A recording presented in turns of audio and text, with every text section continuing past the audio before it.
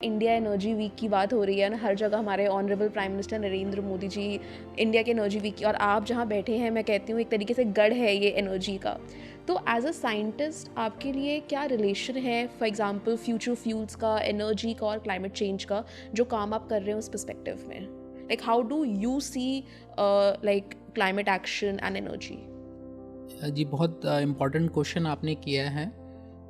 देखिए, जैसे कि हम जानते हैं कि हम एक बहुत ही मुश्किल दौर से गुज़र रहे हैं, और जो क्लाइमेट कंडीशंस की आप बात कर रहे हैं, या जो फ्यूचर में जिस तरह की स्थिति हमारे सामने आ सकती है, वो बड़ी गंभीर स्थिति है।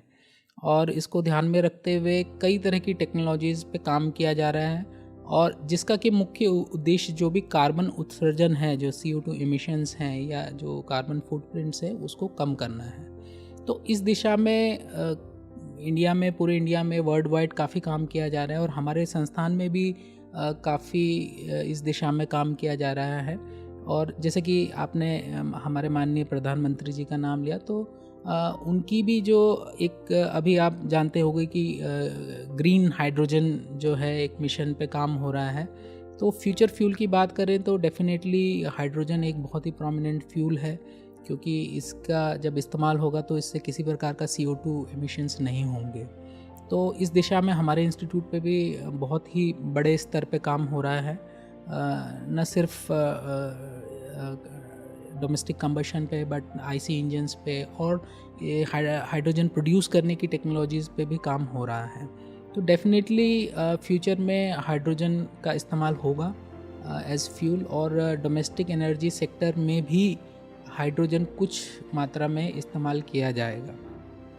उसके अलावा हमने एक और प्रोजेक्ट किया था जिसमें कि हमने डाईमिथाइल ईथर का इस्तेमाल हम LPG के साथ में किस तरह से कर सकते हैं, इस पे काफ़ी डिटेल्ड रिसर्च किया था।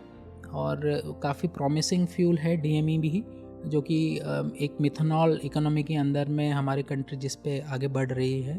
तो DME का भी इस्तेमाल LPG के साथ किया जा सकता है एज अ ब्लेंडेड फॉर्म में। और नेचुरल गैस की बात करें तो definitely hydrogen with natural gas आने वाले वक्त में इस्तेमाल होगा। उसके अलावा जो एप्लीकेशंस हैं हाइड्रोजन की, किस किस रूप में आप इसको आप अप्लाई कर सकते हैं, जैसे कि डोमेस्टिक एनर्जी सेक्टर में या IC इंजन्स में उसको किस तरह से इस्तेमाल कर सकते हैं, इस पे भी कुछ शुरुआती काम हो रहे हैं।